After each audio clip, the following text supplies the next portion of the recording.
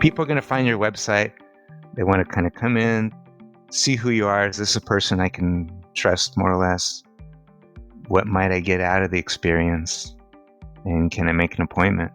So you have to think like that. That's a lot about in the usability. There's different techniques. There's a whole science in it.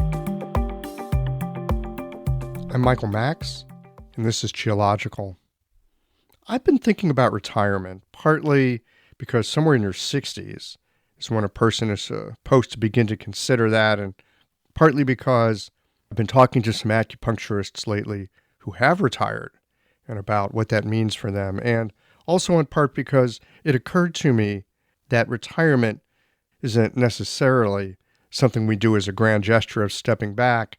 It's a process that we engage all the time as a part of growing from one phase of life and into another. Retirement doesn't mean quit. It doesn't mean stop doing what you dislike. It doesn't mean stopping doing what you do because you don't need the money. Retirement is an active part of growing into a new phase of life. Retirement is setting aside something that has been a core aspect of how we orient to our days, and in that liminal space, find a new pivot for how we grow meaning into our lives. We retire ideas, ways of perceiving and believing the world to be a particular way. We retire ideology that has given a form and a structure to how we create meaning and choose how we orient to the actions that we take in the world. We retire styles of clothing, eating habits, and lifestyle choices. Over time, we again and again step out of habits, preferences, and commitments and allow ourselves to find a new center. Retirement is an exhale of appreciation for what has brought us to this particular moment. It invites a pause to consider the harvest of our efforts and labors. It's an opportunity to recognize what is now firmly in our bones that we can take forward, and what might no longer serve that can be laid to rest or given away to someone else to benefit their journey. Retirement isn't an event, it's a process of disentanglement, a cleansing of the vision, a sorting and rearranging that allows for new ways of structuring and unfolding the day. Perhaps more than anything, it's an invitation to a way of perceiving that allows for other ways of being, of reorienting to our North Star, of considering that we threw away or threw in with influences that are inviting a reevaluation. Like shedding a shell, this is a tender moment in time, more malleable than otherwise everyday life. Retiring is not just about letting go. It's about bringing in a harvest, recognizing the distillation of experience that we take forward into another form of expression. Yes, there is a process of withering away that goes with retirement, but it's like the stalk of last year's flowers that fade as the root gathers and generates with renewed strength for another season of growth. These conversations come to you through the generous support of our sponsors and members. Blue Poppy, your new one-stop shop, has speedy shipping options on everything that you need for your clinic. It's Women's Health Month at Mayway Herbs. Check out their new website for learning resources on helping women with herbal medicine. Are you a creature of habit? How about making a change that helps your patients and the planet with AcuFast needles? And later in the show, raising your fees doesn't have to be a difficult process. Jane has helpful suggestions on making it easy and effective. And finally, have you considered that having a thriving, profitable practice is one of the most healing things that you can do? Julie Bear-Don't-Walk has, and she can help you do something about it too.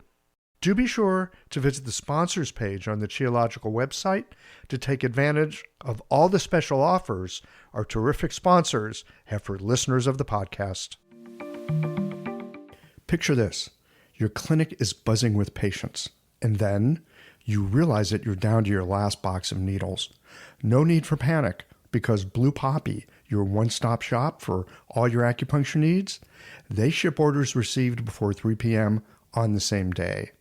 With a quick visit to Blue Poppy's website, you can order premium needles, herbal formulas, and that special Dr. Bob's oil that your patients love. Blue Poppy understands practitioners can't keep patients waiting. That's why they strive to get you what you need when you need it. From high-quality Chinese herbs and formulations to acupuncture supplies and clinical essentials, Blue Poppy has served practitioners for nearly 40 years with products that meet the highest of standards. Discover everything Blue Poppy has to offer by visiting www.bluepoppy.com, and don't forget to subscribe to their mailing list for exclusive offers and more. Hi folks, I'm Yvonne Lau, president of Mayway Herbs. May is Women's Health Month, and as a women-owned and women-run business, we especially love how Chinese medicine can support wellness through every stage of a woman's life. So in this month's newsletter and podcast, we're covering topics like PMS, pregnancy, menopause, and osteoporosis. We'll share expert insights and effective treatment strategies you can put to good use in your clinic. Our Plumflower brand line includes herbal tea pills, tablets, extract granules, and organic herbs, all of which you can find on Mayway.com. And where you can also find articles, videos, and other resources to support your practice. Since 1969, Mayway has been a trusted source for high-quality herbal products. In these challenging times, please know that we remain committed to keeping our products accessible and affordable so you can take care of yourself and your patients. As always, thank you for supporting Real Chinese Medicine. Daily habits and routines feel comforting, familiar, easy, automatic. That's the power of repetition. You've worked out the kinks and can do it with your eyes closed. But what if you shook things up? What if you ditched the old routine and tried something new? Hi, I'm John Sten. I've practiced acupuncture for over 30 years, and together with my wife Kelly, we created the world's first eco-friendly acupuncture needle. The AcuFast earth-friendly needle system cuts your packaging waste by 60 to 90%, depending upon your needle type, speeds up your needling, gives you more control, and best of all, while you're healing patients, we plant a tree for every 2 boxes your clinic uses. Thousands of acupuncturists have already made the switch. In just the last year, they've helped plant over 16,000 trees. Since we started, that number has grown to over 50,000. So break the routine. Be the change. Visit AcuFastNeedles.com. Your patients and the planet will thank you. It's hard to imagine any business not having a presence of some sort on the internet in terms of a website. Just like 25 years ago, it would have been ridiculous to say you had a business, but no business cards. Even if someone gives you a great word-of-mouth referral, you can count on that potential new patient first having a look at your website, because there is what other people say about you, and then there's what you have to say about yourself, and more importantly, how you say it. Today's guest, Mike Kay, used to design websites and user interface experiences, so much of what we take for granted in internet land is actually well thought out and considered. And while you don't need to be versed in the latest A/B testing or understand how eyes move across a page so that you know where to locate the buy button for greatest effect, there are some basics that are worth your consideration. Let's get into this. Mike Kay, welcome to Geological. Hello, Michael. Great to be here on this beautiful spring day. Beautiful spring day. What's the beautiful spring day look like outside of your window? Here it's sunny, I think low 60s, which it hasn't been in New York until this week. Sounds lovely.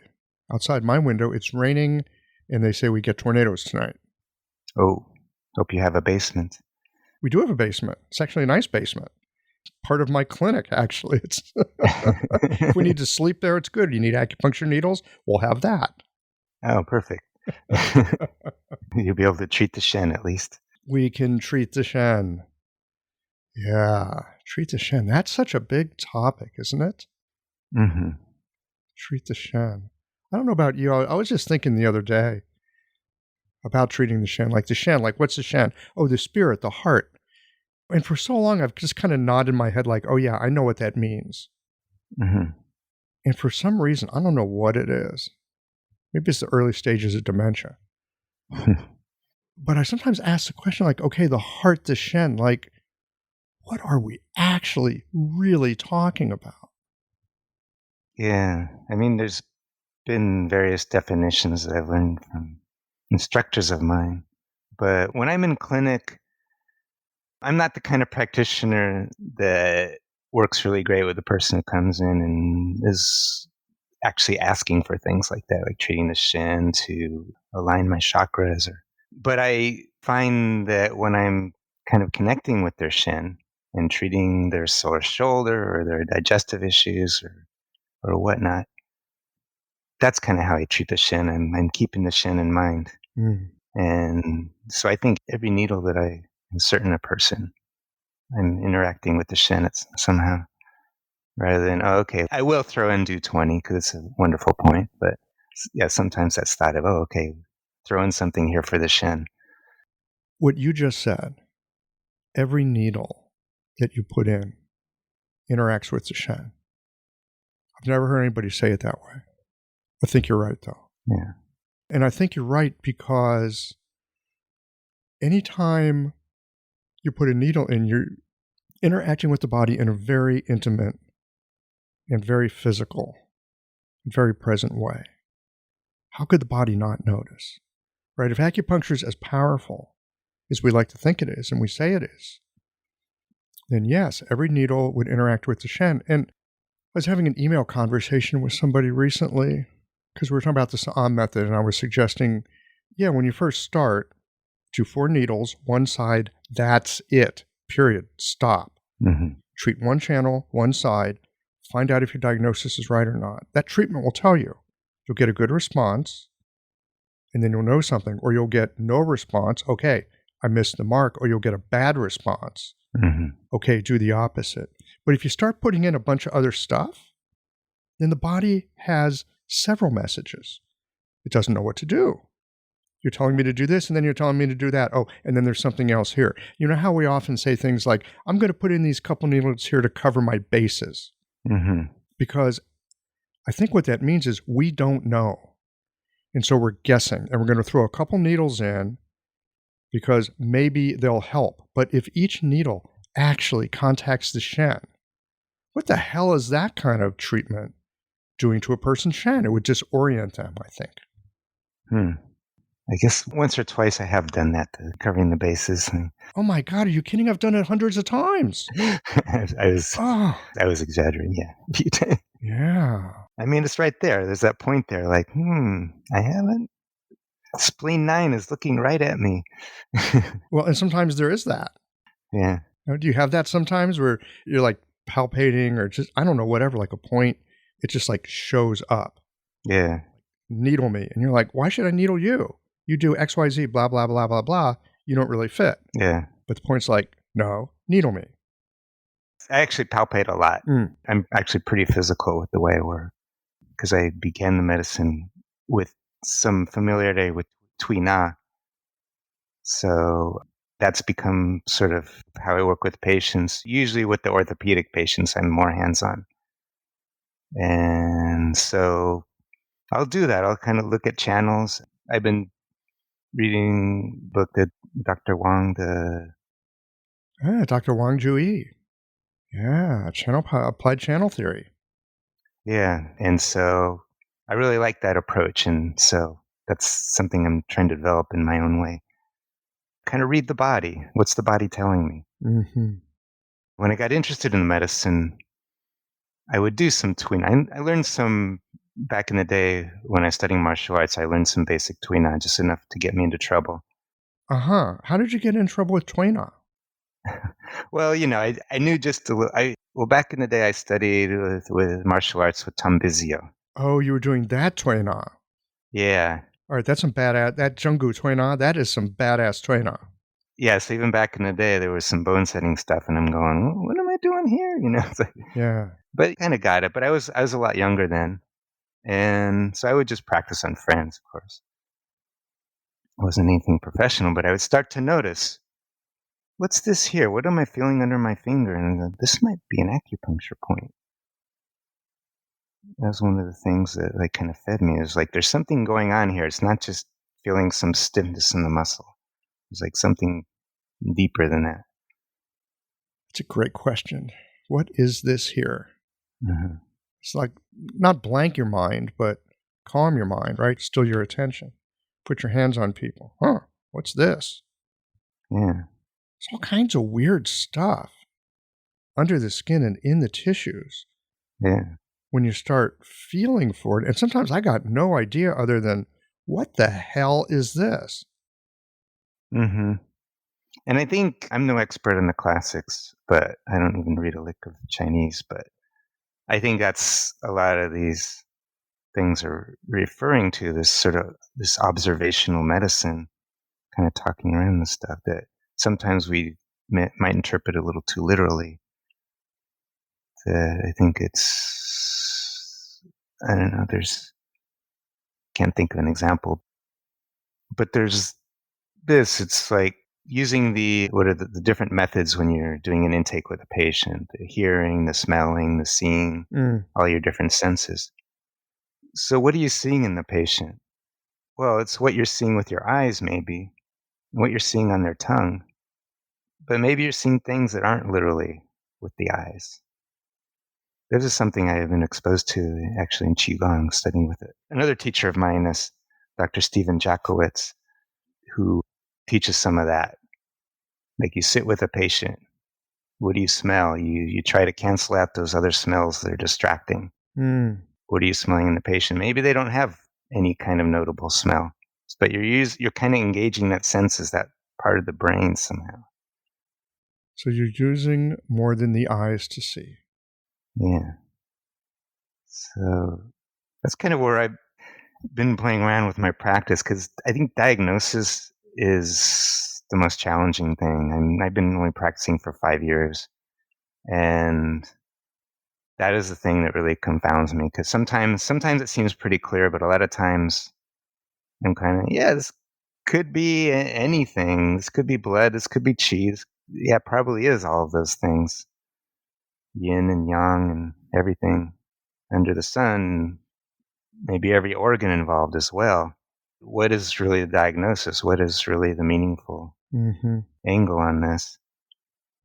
What is the meaningful thing in this? It's a great way to think about diagnosis. Yes, there's a bunch of stuff here. You need to figure out something useful. Like, what's the thing that stands out? Yeah. I don't know if this is good news or bad news, Mike. You say you've been at it 5 years. Diagnosis a little bit rough that way. Mm-hmm. It's still this way after you've been here for a long time. And here's the funny thing for me.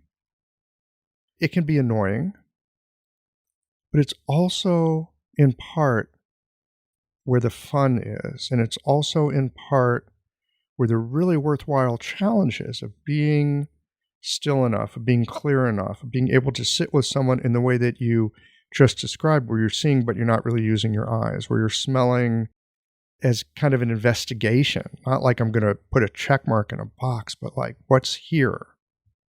Mm-hmm. And in some ways, that's the really cool part. Let me give you an example. Mm-hmm.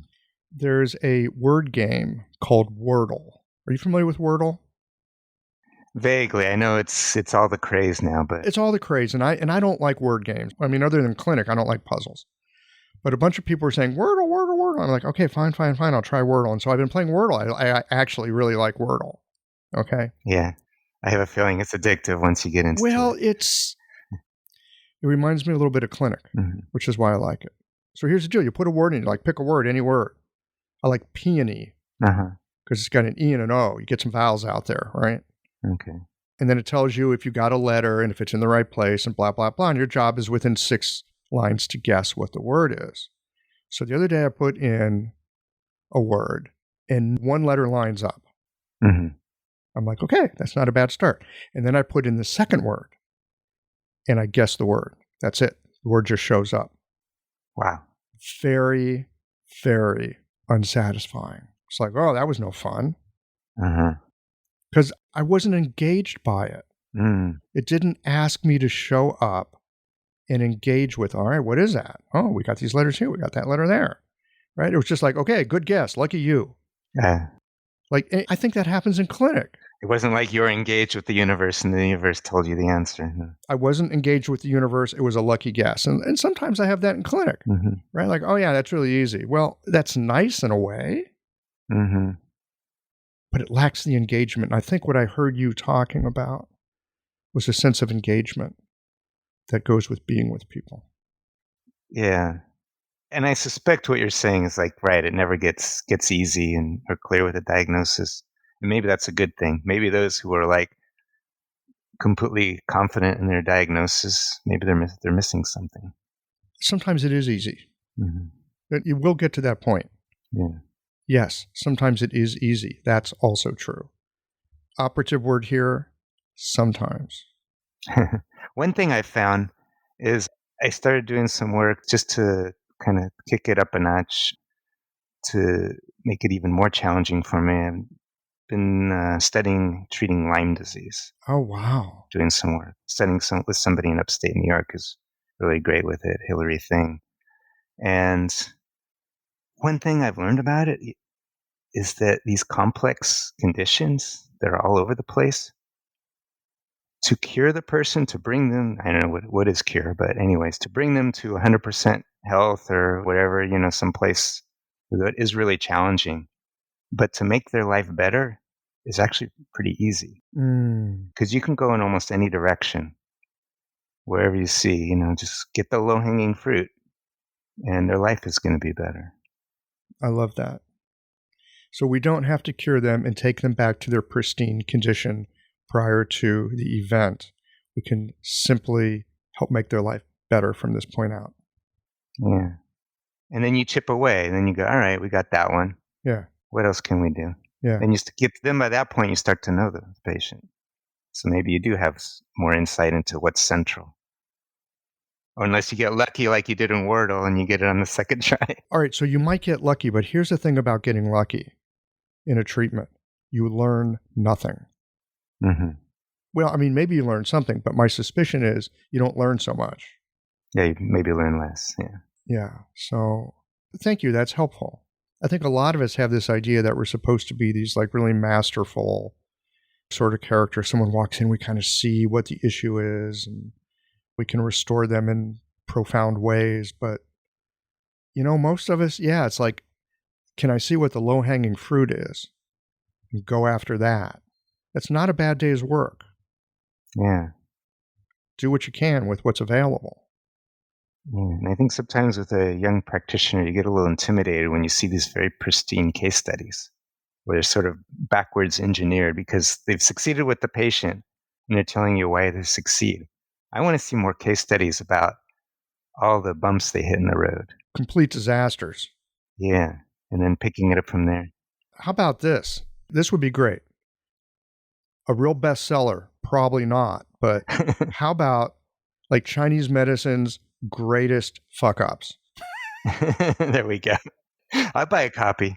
Like off the rail cases, like they came in like this and they left worse. They ended up with nightmares for weeks. Well, that's interesting what you said about Sam is that when you're off, you actually see that you are, because it's really interesting feedback that it gets worse. Generally speaking, sometimes you miss it. Right? I mean, you got to be watching. Toby likes to use the complexion, but I also find that the pulse, the feeling in the room and the cranial rhythm, that kind of thing can also be really helpful. I mean, there's different ways, like whatever your markers are for seeing how things are going, like rely on those. Because you can take people in the wrong direction. It's a highly unbalanced treatment. Most acupuncture treatments are kind of harmonizing. This is the opposite of harmonizing. Yeah. It's like you see a problem and you're going at that problem with everything you get in the opposite direction. Fireworks sometimes. And we may circle back and talk a little more about some medicines. I mean, it's hard not to talk about medicine, right? That's what we're here for. But one of the things I wanted to invite you to today here for this conversation is the very important aspect of practice, or I should say the practice of practice, like a damn good website. So you were a techie before you did acupuncture. Yeah. Yeah, it was kind of a long road before Al Gore invented the internet. I think that's one of those. Remember that? That was kind of like a bit of folklore. That was so funny. I remember that. It's like, oh, you Democrats, all of a sudden, it's like, I want to love you, but you're like making me crazy now. That I worked in publishing, and so I was a graphic designer working in publications. And then in the mid 90s, I got a little restless and taught myself some HTML. There was very little information available that was really accessible. It was all written toward engineers. It was very dense, thick books, which I later found the thicker the technical book, the worse it's written. Oh, my. So I finally found this one book, and it helped me along, and taught myself HTML, which is the code for web pages. And then I got myself a job. I lied a little bit at the interview. When I got the job, I said, ooh, I better make good on those lies and learn that program. I told them, You overpromised. Yeah, I overpromised. You know, it's better to underpromise and overdeliver, but you overpromised and then lit a fire under yourself. So I had a few weeks. I found the program that I said I knew how to use, taught myself, and I got the job. And then they loved me. I became really good at my job, too. Of course they did. You're capable and confident. Of course they were. I did something similar in the mid 80s. I started learning computers just to get through school and realized I had a little bit of a knack for it. And people would ask, can you do XYZ? And I'd be like, sure. Like, come into my business and do XYZ. Can you do that? And I'd be like, sure. And I'd have to go figure out how to do it. But I knew I could figure it out.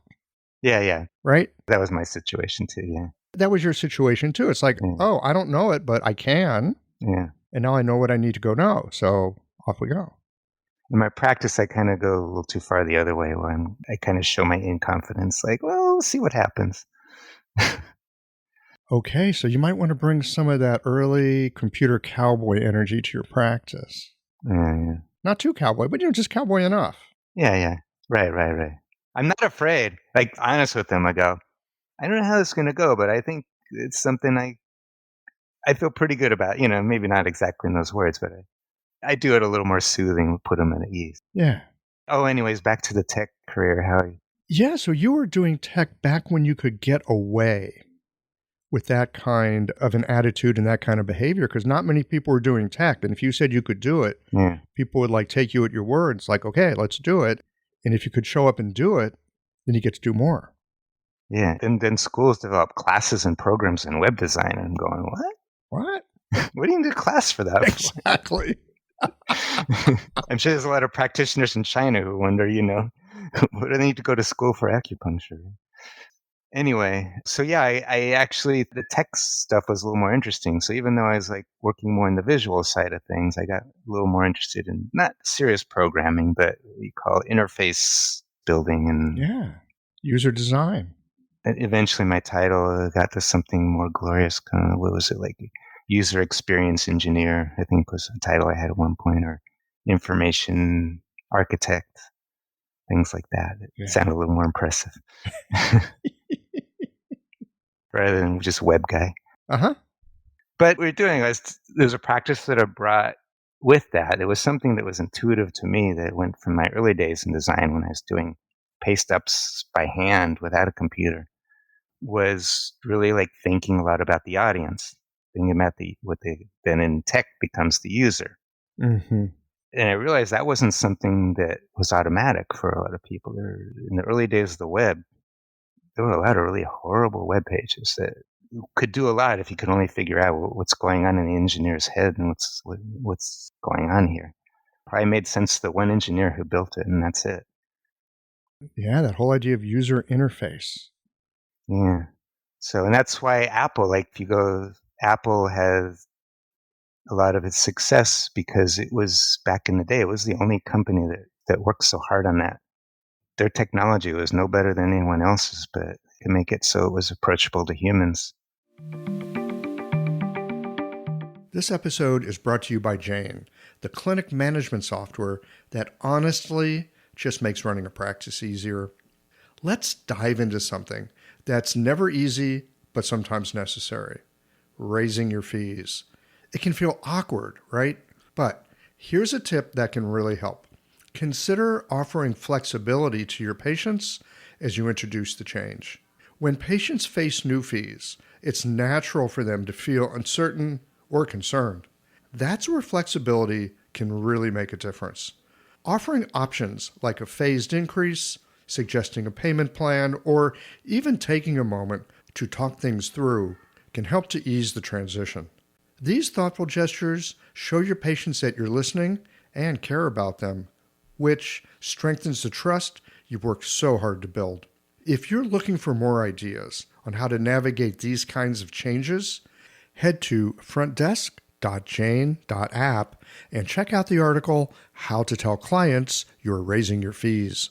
One last thing, if you're ready to give Jane a try, you can use the code CHEOLOGICAL for a 1-month grace period on your new Jane account. The first computer I bought was not a Macintosh. The Macintosh had just come out. It was considered a joke, right? Like, it's a toy. Well, I looked at it and I thought, this is so cool. But it seemed like a toy. It's like, how could a toy be as powerful as this other thing here that I can barely understand, but I know I can do a word processing program? Yeah. You know, I remember the salesman showing me as well. It's like, look, it does all this, but it's even better. And you got these fonts and this and that. It's like, this Macintosh looks head and shoulders above this other thing. But damn it can't be that easy, can it? Mm-hmm. And that right there is the power of someone paying attention to the user, the audience. Yeah. Maybe that's why our patients get better. Sometimes we pay attention to them. Yeah. It's kind of something, because it seemed like a real disconnect how I got from working in the technology world and information world into Chinese medicine. And to me, it kind of makes sense. It's sometimes hard to express it. But one thing of connection is I used to do user-centered design, and now I feel like I'm practicing patient-centered medicine. That's right. That makes sense. When I was doing tech, I used to help people solve problems that they couldn't solve on their own using a technology that they didn't understand. That was my job, doing the computer work I did. Yeah. And as an acupuncturist, I help people solve problems that they can't solve on their own using a technology that they also don't understand. Oh, I like that. Yeah. My job is not different. Yeah. It is fundamentally not different. The tools I use are different. The domain I work in is different. Yeah. But the work is the same. So, yeah, humanizing technology, humanizing medicine. Not so different. So, you did a lot of work with websites, and one of the things I wanted to chat with you a bit was about websites, because pretty much in this modern day and age, but this modern day and age has been going on long enough. Of course, everyone's going to have a website for their practice. How could you not? It's basically your business card these days. Yeah. And it's not like the old days where you had to either cobble it together yourself with HTML, good luck, or I remember some of the very early programs that would let you build an HTML website. My first clinic website was built on Adobe something that no longer exists. Dreamweaver, probably. No, it was before Dreamweaver. Oh, before Dreamweaver. Yeah, I don't even remember. It was like PageMaker for the web. Oh, okay. Don't even remember the name of it. Anyway, interface right out of 1998, let me tell you. Mm-hmm.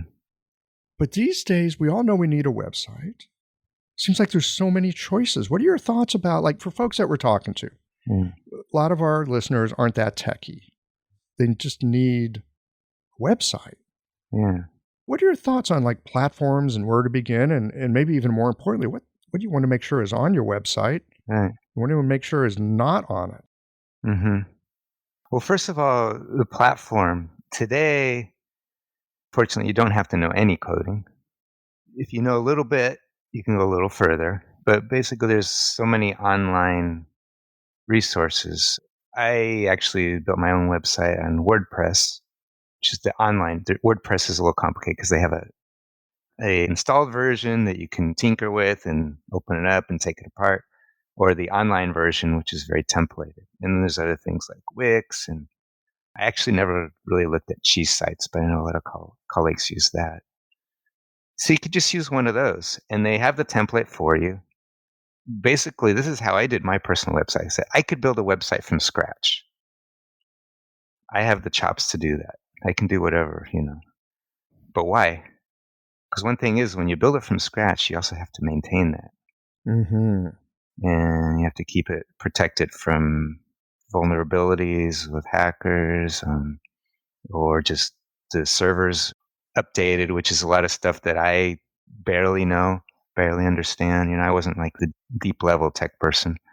But you have these like basically free or paid services that's already there for you, and you just go there and they maintain it. They worry about all keeping the software up to date, making sure it functions, making sure it displays properly.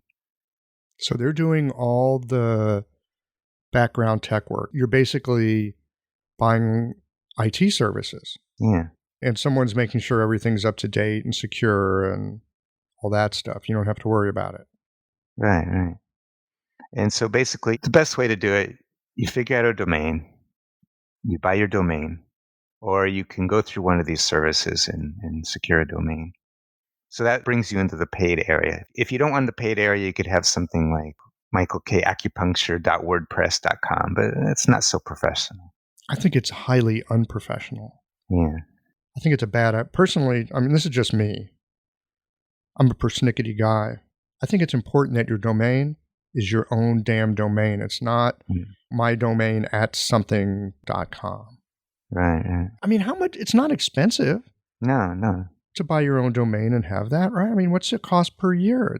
Per year, there depends on who you use, but it's something like $20 to $30, depending on the domain you have. Actually, I have a .nyc domain, so that's a little more money. That's about $40 a year. Classy. Yeah, some of those other domains, they're not as easy to remember as .com, but when .nyc came out, since I'm in New York City, because I got it early, I was actually able to get easternmedicine.nyc. Good job. Which .com, I wouldn't be able to have that. Yeah, .com is kind of the gold standard. People are used to it. Mm-hmm. But I know people in the tech industry, they'll often use like .fm if it has to do with communications. Right. Or .io. Oh, okay. If it has to do with, some kind of technical infrastructure. There's all kinds of little games like that. But they even have .biz now, which is weird because .com was supposed to be that, the commercial website. But yeah, but no one uses .biz. Why would you use .biz? No one's going to remember that. Yeah, but I guess it's that. You're more likely to get an easier to remember unique thing, that with that added thing, they have to remember the .biz. And that's hard. I don't think it's forgettable. Yeah. That's a little bit with the .nyc is a little bit of a liability, but also for an acupuncturist, I don't think we have to have the bar so high. We don't have to set the bar so high as far as having the perfect website, having the perfect domain name. If you're doing e-commerce, those things matter a lot more. But this is, like you say, it's more or less a business card, which, depending on what your goals are. That's another thing that people need to do is really consider, what do they want to get out of their website? And it's easy to think, oh yeah, I want to sell all kinds of products and do online booking and do all that. Well, just remember, everything you add to it, that's more work, that's more complexity. More stuff to break. Yeah, more stuff to break too. So if you start off simple, you do with this in reach, just like treating this, my strategy in treating complex patients. All right, let's take care of some of the low-hanging fruit, and you get something up there. Wonderful thing about the web is you can always change it. It's not like printing a business card. Oh, I just printed 1,000 business cards and I misspelled something. Oops. I printed 1,000 business cards and my lease just didn't go through. Address is wrong now. Yeah. Yeah, you can Yeah. make changes quickly. That's Yeah. definitely wonderful. So, what would you say, Mike, is the low-hanging fruit Right. of having a website? What do people need to have on there? What's the most important stuff? Basically, communicate something about yourself, give some indication of your personality, which takes a little bit of creativity there. And then give patients an idea what to expect. That's basically it. You can go in and explain all about what acupuncture is and everything, but usually if people are coming to your website, they have some idea of acupuncture. And that might be a good conversation for their first treatment. Mm. But to, explain everything, oh, this is a tradition that's 3,000 some years old and based on this and this. I mean, that can be really nice text to have and something nice to read. But if you put that up front, it's a little bit too generic, I think. I think, it's like people are going to find your website. They want to kind of come in, see who you are. Is this a person I can trust more or less? What might I get out of the experience? And can I make an appointment? Mm-hmm. So you have to think like that. That's a lot about in the usability. There's different techniques. There's a whole science in it. Some of it is like role playing. It can be that putting yourself in the shoes of different kinds of patients. So it's not just one patient because there's not just one kind of patient. But you might, okay, somebody's coming in who just has a acute lower back pain. They just need some relief really quick. They somehow can get over to their phone even though they can't really sit up straight, type something in to their web browser or the map application on their phone and see who's out there. All right, you have somebody else who's said, okay, I'm here. Had digestive issues for half of my life. I want to treat it. I want to start going to acupuncture regularly. That's a different use case. Mm-hmm. They're going to, and so you put yourself in the shoes of a few of these people thinking, well, what are they going to be looking for? So you're saying that like the copy that you use on your website or something about the presentation of your website, it has to connect with the person who just typed in basically help me Yeah. on their cell phone. It needs to resonate with them. Yeah. So you need to make it clear you're offering acupuncture and hopefully that you're treating their condition. Problem is you can put a long list of 50 or 100 conditions and that might not work so well either. I actually think it doesn't work well at all. Yeah. I mean, I'm a little bit opinionated, Mm-hmm. but whenever I see those lists of acupuncture treats and there's this long ass list, Mm-hmm. I'm thinking if acupuncture treats all that, maybe acupuncture treats nothing. Right. You know what I mean? It's like those. It's like anything that says, "Well, we take care of everything." Mm-hmm. Nothing takes care of everything. A little bit like an infomercial, right? Yeah. So you've done this work and you've given this stuff some thought. How do you sort of customize the communications on your website so that instead of saying, I treat everything, you find a way to make it possible for the person who types in acute back pain that they know that you can take care of that, or the person who types in lifelong colitis. Yeah. What can you do with your website Right. to speak to these different people? Well, I guess I can speak of what I did on my website. I put orthopedic issues up front. Mm. So this is one of the things the website keeps evolving, keeps changing, keep editing it. At first I used that word orthopedic. I realized, well, that might not be meaningful to some people, the word orthopedics. To a physical therapist, it certainly is. But maybe to a patient who's just first time they've had back pain and not sure what to do. What's a word? There's a word that's similar to that some people got confused when they saw orthopedic or orthotics or something, Yeah. Yes, we deal with foot pain. I need a pair of shoes.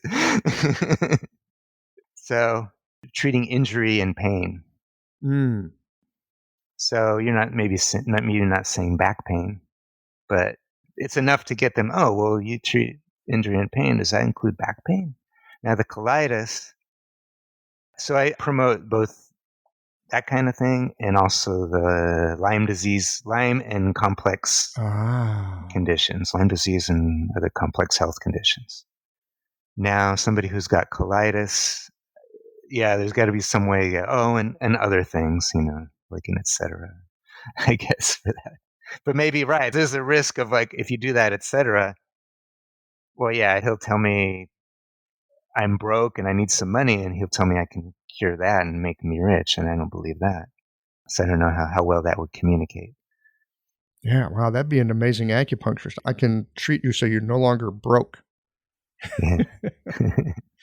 So I like how you have these kind of taglines that are using the language that people would actually type into their browser. Some people will type in help for orthopedic issues, but most people are going to type in back pain, right? Foot pain. They're going to type it in the way that they talk. Yeah. Or what I did, I said acupuncture. So this is a thing, the phrase SEO, which maybe most people already know what that stands for, search engine optimization. Yes, I think a lot of people probably wasted money on it. Yeah, and you get spam folders full of offers to help you with that. Yep. And a lot of it's just common sense. And that's how the search engines want to work. They try to see what makes more common sense. Doing all kinds of tricks and jumping through hoops. Maybe worked a little bit in the early days, but it's just basically how does your page read? So one little trick is the page title. So sometimes you see in the page title, it'll be like, it might have some beautiful name like Blue Dream Holistic. Somebody's not going to look in search in a web browser for Blue Dream Holistic. So maybe, that title is important to your identity. You want to have that on your web page. Okay. So that's the one trick. So basically you want to have that word acupuncture up. So it should be right at the beginning of your web page somewhere as you're starting to read, but it also should be in the page title. So that's the only little trick, is that you think a little bit more about the page title. Not be so cutesy about it. Be really practical. Now, what about putting valuable information? Because people will be searching on it, and because you want Google to index it, put it in the footer of your website, because then it ends up on every single page of your website. Yeah.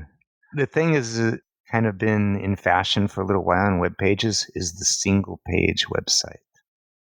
And so what that is, and a lot of these templates support that. And to explain how these work is basically you have all that information on a web page. And so that it's all searchable really easily at the top of your website. Technology-wise, well, it's done for that. And secondly, in a telephone, when you're looking through a web browser on a phone. Oh, mobile. Okay. It's a lot easier to scroll and scroll and scroll and scroll and scroll than to jump from page to page. Yeah. So that's another reason for that. Oh. So when you're on a computer, a good template like this will also have the navigation, which you can also use from the phone, but it's not as convenient. And so it works well on a full-size browser and computer monitor where you can click around and it'll be sort of anchored to different and scroll you to that position in the page. So you say, oh, about Mike. Okay, you click on that button and it gets you right to the bio. That's a really good idea. I hadn't thought about that. I think it's an artifact of my age. I use a computer more than my cell phone. But I know that most people these days are using mobile and used to doing some kind of scrolling thing. Twitter is scrolling. Instagram is scrolling. Facebook is scrolling. These have been taught, scroll for what you're looking for. And so that one page, scroll through it website, optimized for mobile, that makes a lot of sense. Yeah, and the sophisticated the coding in the page will different on a computer monitor than it does on the telephone. The idea is it's going to look right on both. Yeah. And actually, when you're making your web page, you want to keep previewing on both. As a side note, this is one of the things that kind of pushed me into a career change. Hated designing for the phone. And it became that because I started in doing like paste up where you'd like cut out galleys of type and pasting up newspapers. That's where I started. And I liked that physicality. Yeah. And then it was wonderful when with technology, the amount of things you could do, but it became less and less and less about information and more about just these kind of homogenous apps. That's why like I had the idea of, oh, after I graduate, maybe I'd also keep a business going and develop websites for practitioners. So that's something that I decided not to do because I don't really enjoy it. And I realized to actually do a good website, it takes a lot of focus, and that's something you can just casually kick out. And so that takes time, and you have to charge people for that too. And also take away from your practice. There's that. You need to know what your priorities are. Spot on with that. Yeah. And here's the other thing, and you were alluding to this earlier, that there's all these services out there. There's Squarespace, there's Twix, there's WordPress. Install it yourself. There's WordPress out in the cloud. There's probably other things out there too. Yeah, there's plenty. There's plenty these days, and they are templated. So in a way, you don't need a designer because a designer made those templates, and they're, for most of us, darn good enough. Yeah. It's just a matter of how do you fill it out. Yeah. You don't need a visual designer, but if I were still in the industry, I'd say you still need an information designer. Okay, great. I'm glad you bring that up because I think that's a very powerful distinction. And I suspect that's how people can have their websites stand apart and be notable from other websites that are also selling acupuncture. Yeah. So what should people know about so that they are designing their information so that they really stand out? So when people hit their website, people go, oh man, this does not look like any acupuncture website I've been on. I don't know how important it is to stand out. I think it's to stand apart. It's more about, I guess, reflecting your personality somehow. For mine, I used images. I think the images can help, the choice of images. And I seriously mean this. Don't steal images. It's not worth it. And it's not very professional. It's not ethical. But there's a lot of those libraries of images. You can buy images and it's not a lot of money. Stock images. Yeah, Adobe has that. There's a lot of stock images out there. Yeah. A lot of services. They're like, what, $20-$25 a month or something? They're not that expensive. Yeah, you can buy like an image for $10. Yeah. Like I actually did a brochure where I used some stock images. And I didn't want to use the same acupuncture image that I've seen all over the place. Why not? Why didn't you want to do that? Okay, so there it is, to stand apart. There you go. Yeah, there's your question. Yeah. So I found there's so much out there. It's really easy. Enter in your web browser and you can find a bunch. Yeah, you can find some that are very expensive, but you can find a lot that are pretty affordable. Where do you like to go to find your images? The web is big. Well, I've gotten, to a point in my life, I just turned 60, so it's like I don't like hold on to information that I don't need to hold on to. I think after you turn 60, there's a lot that we no longer hold on to. Mm. And that's not the problem. That's actually the liberation of getting north of 60. Yeah. I suspect that's true. Lillian Bridges said, after the age of 60, you can no longer use your will to do what's not in your highest good. Oh, I actually listened to that podcast. That was great. I love that. Listening to that podcast made me so look forward to turning 60. Yeah, that's right. Now, it also involves some loss. There is definitely some loss, but there is something gained in not having so damn much noise in your life. That can happen north of 60. So, yeah, you realize the kind of energy you put into things that aren't so meaningful. We're slower. I guess with time, maybe we do the same things a little slower than other people. But I think that's because we're more deliberate. We see a little more. We see more complexity in everything. So everything is a little more complex. But because I might get things done a bit slower than I did in my 20s or 30s, I'm smarter. I'm not going to waste my time Mm-hmm. as much. I still do some time wasting things, but going in circles, doing things. So, I'm going in circles at high speed. yeah, Better do the circle once at low speed, get the job done, now on to the next thing. yeah, And not have to go back and fix that thing I was doing because I thought I was multitasking, but I was actually making mistakes. yeah. So I guess going back to what should be in one's webpage, it can be very simple. Mm. And it could follow the same template, but I think people can be creative enough to riff off of that. But I think the about page is very important on a practitioner website because that's how you show who you are. And it shouldn't read like a resume. You think of your audience, think what's relevant to them. Talk a little bit about who you are and why you do this medicine and what you're good at and idea of your personality in that.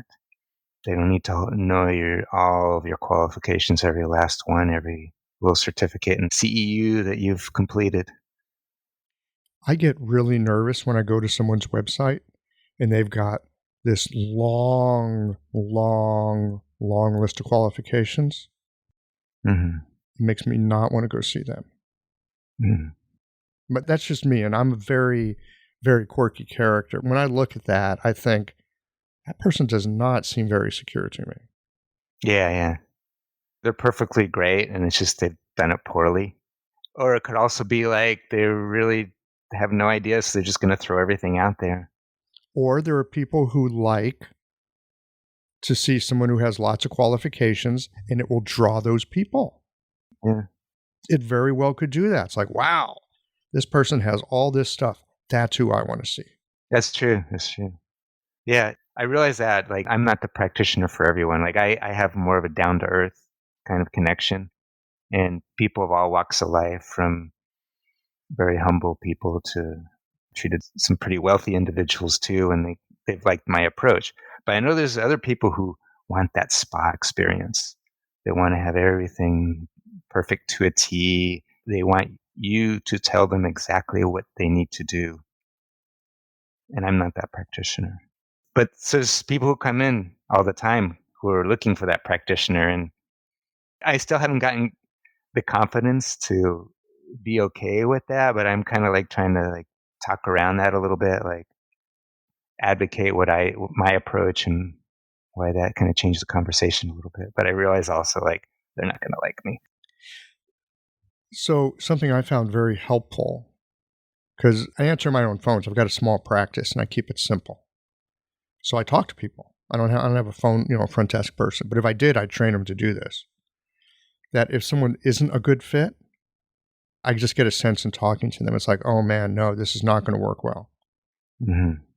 But they might work well. And I try to know a number of other practitioners who work way differently than I do. And they might be a good fit.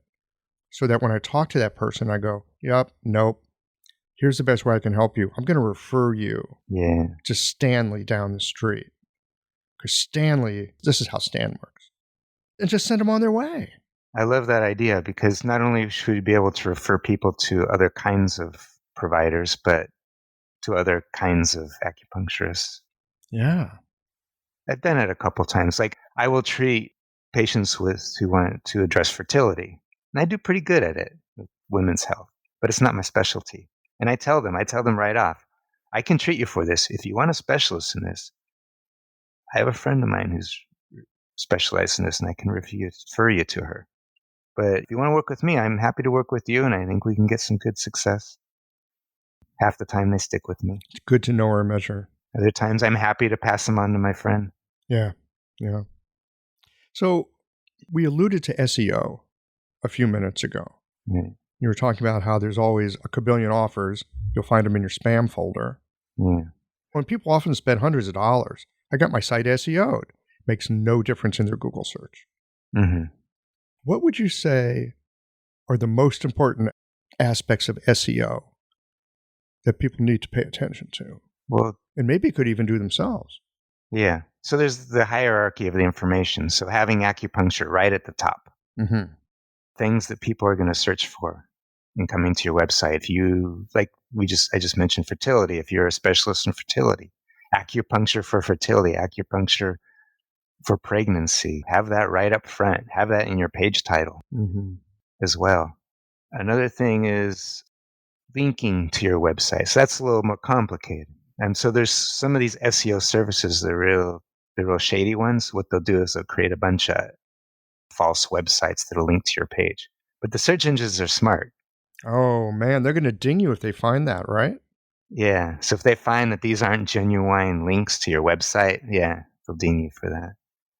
These links are all going to a link farm in the Crimea. Yeah, exactly. Yeah. Yeah. I think that might even be the name for it. Yeah, link farm. So I don't know. I just kind of organically, it's weird. Like, I don't see myself as an SEO expert, and I'm not. But I've been around and I have some idea how it works.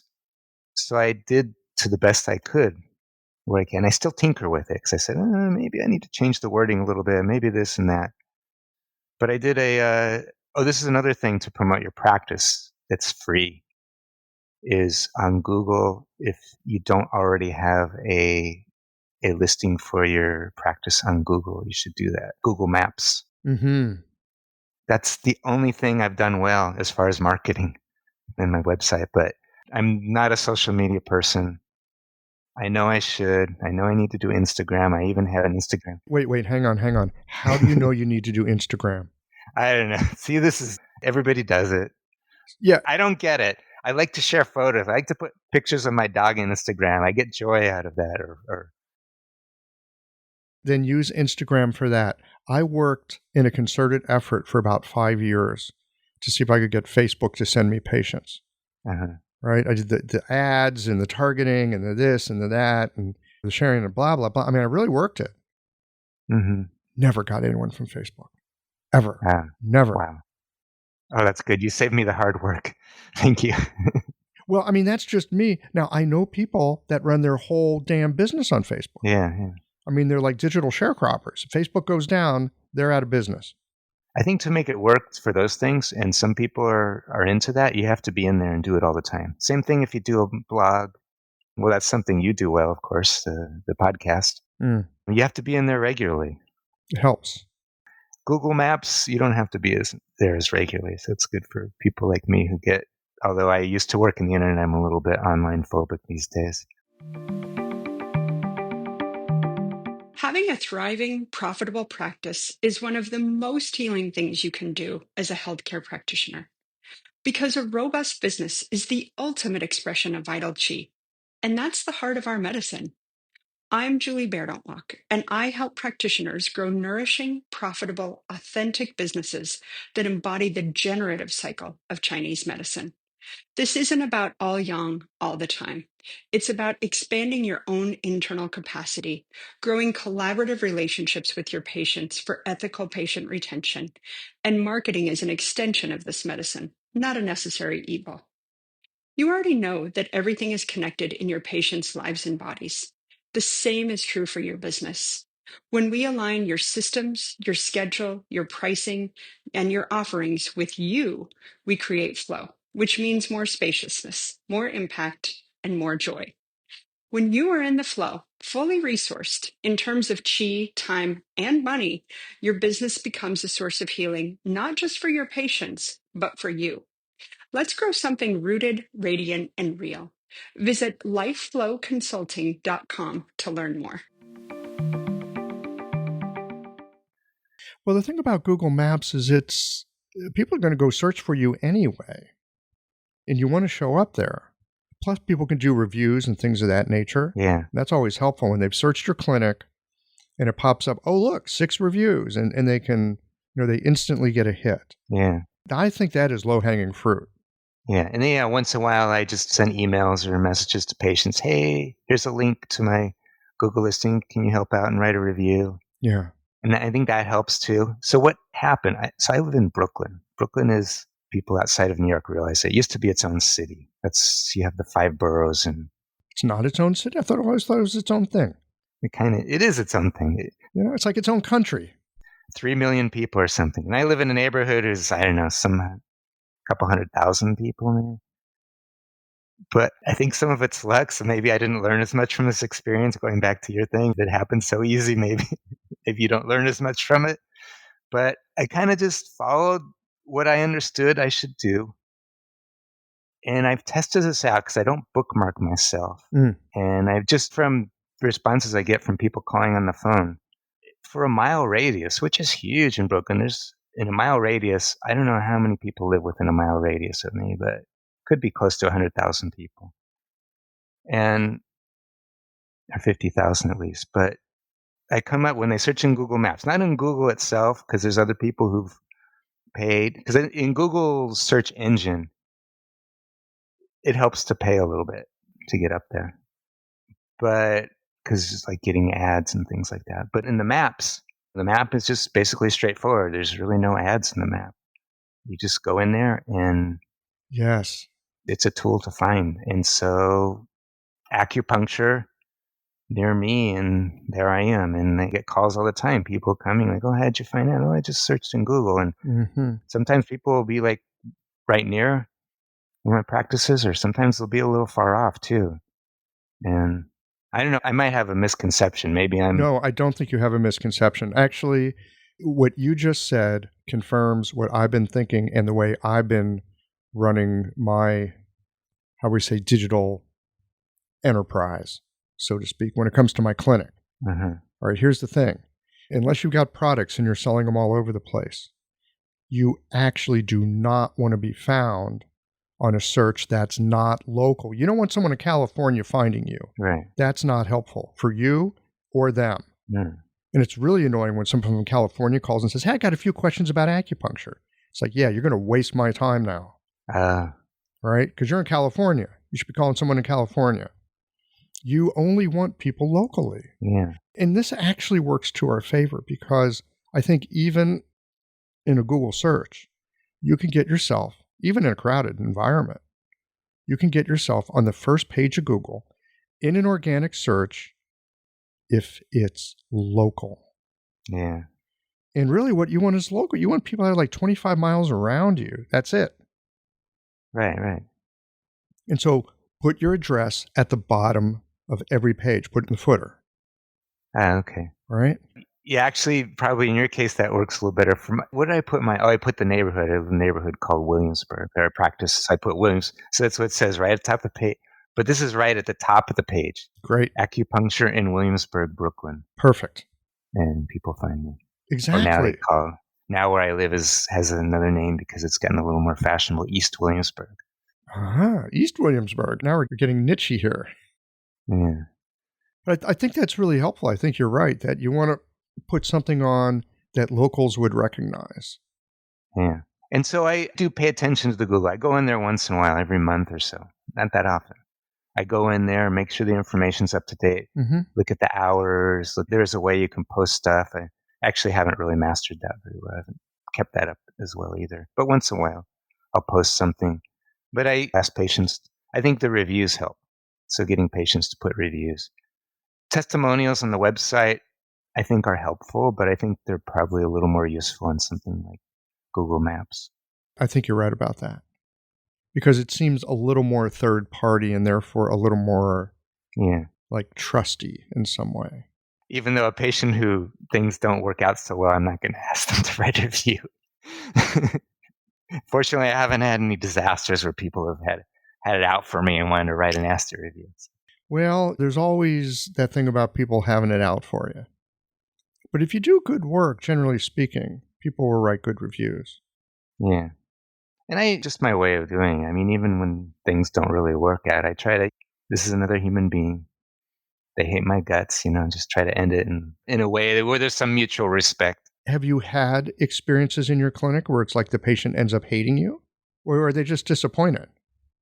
Not in my clinic, but not that I know of. But I work out of a community-style clinic nearby called Tiger Lily. And once in a while, I get a patient there. I've had a couple who's just been like, what are you, like, I don't know, they could get really annoyed and then they disappear and go, that didn't go so well. But actually, I've never had anything where it's just been like a horror show. I mean, I've had some difficult patients. I don't like them a lot. Don't give me all your difficult patients, but I like getting a difficult patient once in a while. I think it's interesting. I think there's something there to treat, something to address, Hmm. and something that's a nice challenge for me is how can I connect with this person in a positive way. Well, and I think there's also different kinds of difficult patients. Yeah, Some people just have really abrasive personalities, yeah, and they're darn hard to get along with. right. They want to get it for, less, and they want you to give like more service than you usually give. Yeah, there's that too. Yeah, but- Those people are very difficult. It's like there are some people, it might not even be possible to help them feel happy. yeah. And you know what? When I've had patients like that, I recognize that, and I said, you know what? I'm not going to give. If I have a really good connection with a person, I probably will go a little extra for them. And the person that I don't. But then I kind of treated them with respect. I actually did a really good job. I've done a good job in those situations, placing the right boundaries. Mm. And I give them kind of a simple, straightforward treatment. I don't blow up at them. I go, okay, I realize it could go there. I don't let it go there. And then a lot of these patients end up loving the treatments. They go, oh, thank you so much. I feel so much better. That was really great. Yes. I'm kind of shocked. I'm thinking, oh, they're going to run out and be like, oh, fuck you. I'm never coming back. I'm not shocked. Yeah. And here's why I'm not shocked, because I just heard you say these words. This very much rings true for me. Boundaries and respect. Yeah. Yes, you can do this. No, you can't do that. And do it with respect. Boundaries and respect. A lot of times, and being a human being, I know a lot about this because I can be as big a jerk as anybody else in this world. But when someone lays boundaries down with respect, there's a kind of safety that goes with that. Yeah. And I know someone means business, and I know not to fuck with them. Mm-hmm. Right? Yeah. Actually, I would like to have Donald Trump or even nowadays Vladimir Putin as a patient and try that out. Because I think even a little thing with one of those guys, you might be able to, make the world a better place. Just help ease whatever the fire is underneath them. If you can ease that a little bit and set with those boundaries. That is some high level gong fu that you're talking about here.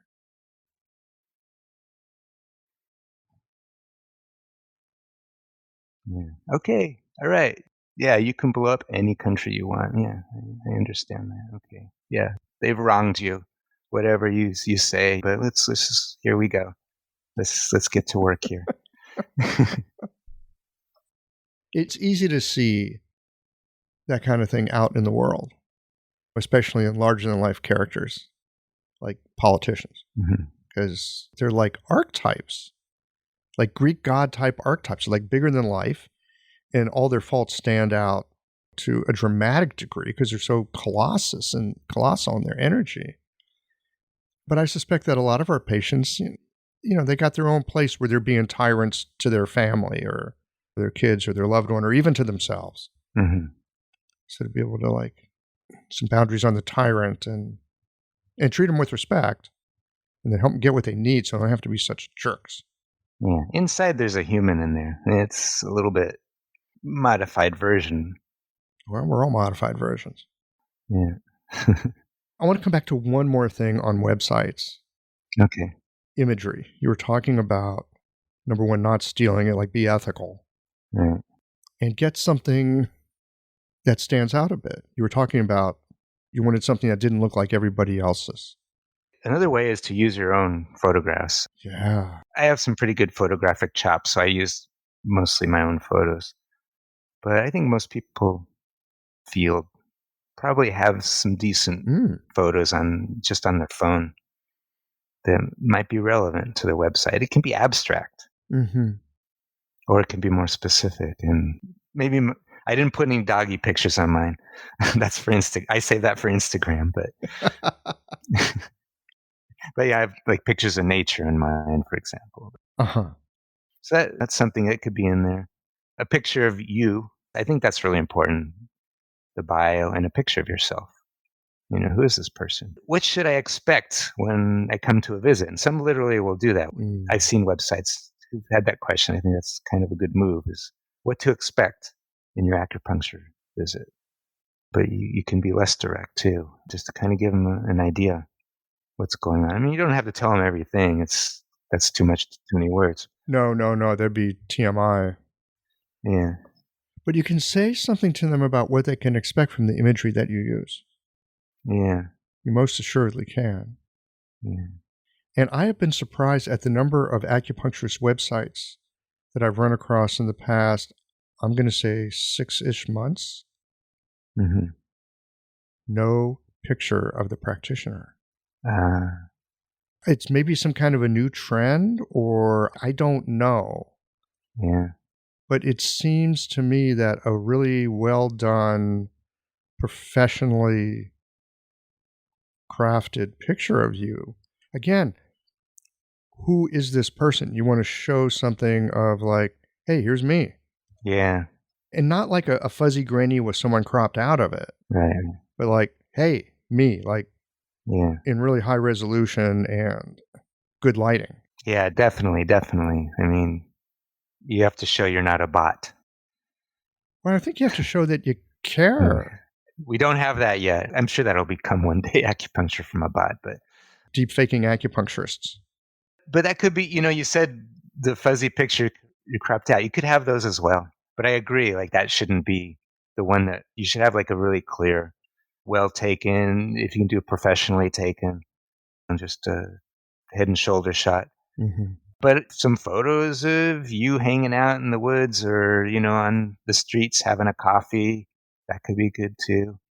Depends on the message. Videos can be good too. That's like a thing. And there was a teacher of mine, Ann Jeffries. Her website's down now, but I think this was a pretty professionally done one. But she had like a little video of her walking through a park in New York City talking about acupuncture, and I thought, wow, that's really great. And as simple as that video looked, it's just her talking in front of a camera. I'm sure that was pretty difficult to pull off. It takes several takes and a lot of preparation and editing, but. So instead of a page with about me and a bunch of text, you've got an image. Hey, we're going on a walk. Let me tell you about my practice. Let me tell you what I do here. Yeah. Medicines, weird stuff. Acupuncture. You think acupuncture is weird? I agree. I think acupuncture is weird too. Can we come and talk about it? There you go. Perfect. There's the cell. I mean, I actually have at the very top of my clinic page, it basically says something to the effect of skeptical about acupuncture. Well, you should be. Come on, didn't grow up with this. Yeah. Does it seem weird? Yeah, it is. Yeah. I'm an acupuncturist. It is weird. I would hear some students in schools say, oh, you have to believe for it to work. And I'm like, what? No, you don't. Like, I think that actually helped me because I came from this Western culture.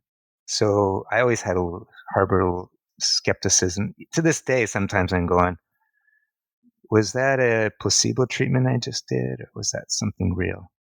Sometimes you're not sure. And I think it's healthy to have a little bit of healthy bit of skepticism. Not like, this is never going to work. It's not going to work. That's not skepticism. That's belief. Uh-huh. There's a difference between skepticism and belief. Yeah. And I really invite people to be skeptical. I want them to be skeptical. Yeah. Let me tell you the people that I know I'm going to see them once, maybe twice, but usually once. They're the people who come in and go, acupuncture, it's going to cure me. Mm. I'm like, cool. You've had acupuncture before. It's helped you. Like, no, I've never had it, but I know it's going to cure me. Like, great. I'm going to see you once. Maybe twice, because they're just going to be disappointed. Yeah. But the person who comes in and goes, will this help? I don't know. Let's find out. Let's convince me 4 times in a row. At the end of that, we'll both know it'll help you, if it'll help you, and in what way it might help you. And then we can decide a way forward if we want to do that. People love that. Yeah.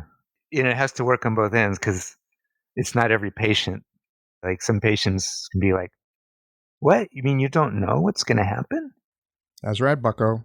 They want you to tell a story. They want you to put a little fantasy around it. And I'm happy to tell them a story, But that's not the story I'm going to tell them. Yeah. I'm going to tell them the story of exploration and discovery. That's what I'm going to tell them. And I think that's one of the unhealthy things about our medical system. I mean, there's a lot of things we can point to that are wrong and that are problematic in our medical system. With insurance, we could go, that could be a whole series of programs of conversations. But patients, like people, and I'm guilty of this too. Sometimes I'll go to the doctor, and I don't ask questions. I don't have that skepticism. I don't want to see and. Yeah, come on, doc. Give me something that's going to cure this. I'm not one into drugs, so I'm not going to actually say that. But I think, I'm putting myself in this doctor's hands. Therefore, I'm going to be healthy after this visit. Everything's going to be all better. And I think that's that kind of expectation from patients, like this very passive role for their health. I think that's a problem with our medical system as well. Mm-hmm. I mean, it's not people's fault. I'm not saying that people are just. We've been conditioned to think that way. It seems, and this is often why people come to our offices, because the promise of Western medicine didn't pan out. Mm-hmm. And what's the promise of Western medicine? You look at any of those commercials on television. Mm-hmm. Promise of Western medicine is you're going to get better. You're going to look like these happy people here, and we're not going to ask anything of you. You're not going to have to participate. Right. To be in a different place. You're just going to be in a different place. And so that message is put out again and again and again, like endlessly. And so, of course, people end up disappointed, and they feel cheated. And I mean, sometimes it works great. Yeah. But often enough, it doesn't. So they fill up other offices looking for an option. Yeah, Western medicine, when it works great, it is pretty miraculous. Chinese medicine, when it works great, is miraculous. Yeah, there you go. Chinese medicine, when it doesn't work great, isn't so great either. Yeah. Well, my friend, anything else to say about websites that people might need to hear? Well, another thing is, I guess this comes naturally, is maybe look at other websites. Maybe not even necessarily all practitioner websites. Look at other practitioner websites and what do you like about it? What do you not like about it? And what I said before, like start off small. Don't think big ambitions. Don't think like if you want to do e-commerce, if that's really important to you, there are ways to make that simpler. One of them is a lot of our distributors, I know like Camel and I think that Lhasa and others offer affiliates. So you can use their resources to sell stuff. Mm-hmm. And then you get a fee for people buying stuff. Yeah. So that's an easy way where you don't have to build the whole thing into your website. But yeah, like keep it simple and, just think about what you want to communicate to your patients, your potential patients. Well, I can see that you clearly think like a graphic designer. Go look at other websites. I mean, graphic designers are always looking to flesh out their swipe file, right? You go and you look at like really great designs, like I'm going to make a copy of that. Not because you want to make a copy of it, but that you can use it for inspiration. Go, yes, these aspects of this design, I love it. Mm-hmm. I might be able to use it somewhere. You can get a lot of great ideas by looking at other sites, like you said. Wow, I really like how that looks. Oh, the other thing is don't overlook the words. You think, you just spill out a bunch of words and there you go. You're talking about copywriting. Yeah, so copywriting, getting the words on paper or words like in an electronic format, that's great. That's your raw material, but that's only raw material. So what does it take to create? This could be a whole podcast by itself, but give us a couple of pointers on creating compelling text. One simple thing is you put out everything you want to say, go through that and cut it in half. Not just cut it like in the middle in half. Maybe that'll work, but Yeah.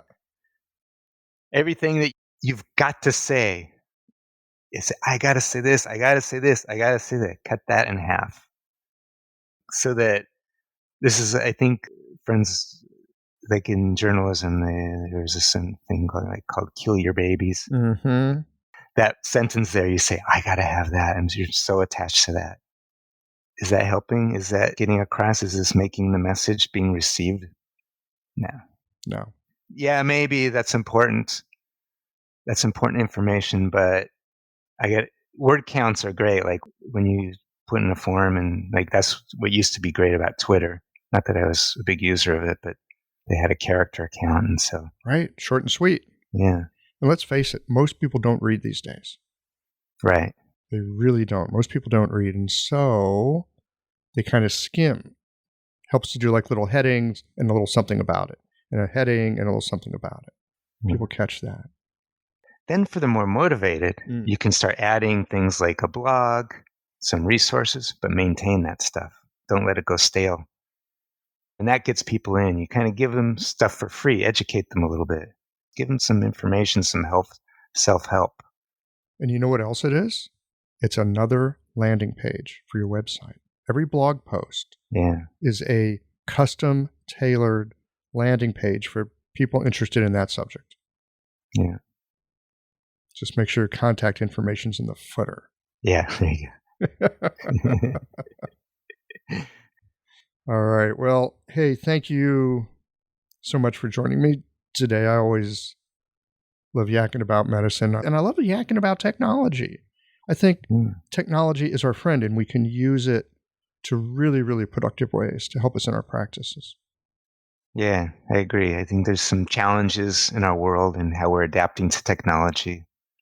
But I think there's a lot of wonderful things that we can get out of it.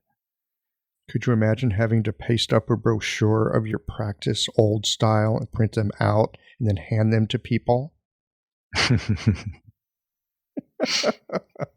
We've come a long way. Yeah, definitely.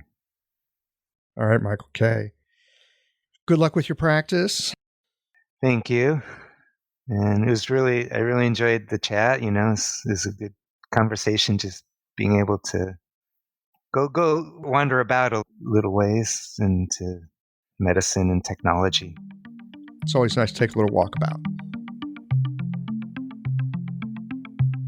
In 1998, when I first started my practice, I actually made brochures for my new practice. I know, that's antiquated now, but back then, it was a thing. But I was on the cutting edge, so I also made a website, which really was nothing more than my brochure, but it was online. I thought I was pretty up to date back then. And you know what? I was too. A lot has changed since then. But what hasn't changed is that you do need an effective way to communicate to potential patients how you can help and why you're the person for the job. I particularly appreciated Mike's thoughts on the single-page website idea because so much of today's interaction with the internet is via mobile devices. I'm an old dog. I still mentally default to thinking internet means computer. Dang, it really is hard to change old habits, especially habits of thinking. So that reminder to make things mobile-friendly, that is an annoyingly helpful bit of advice. Well, here we are at the end of this episode.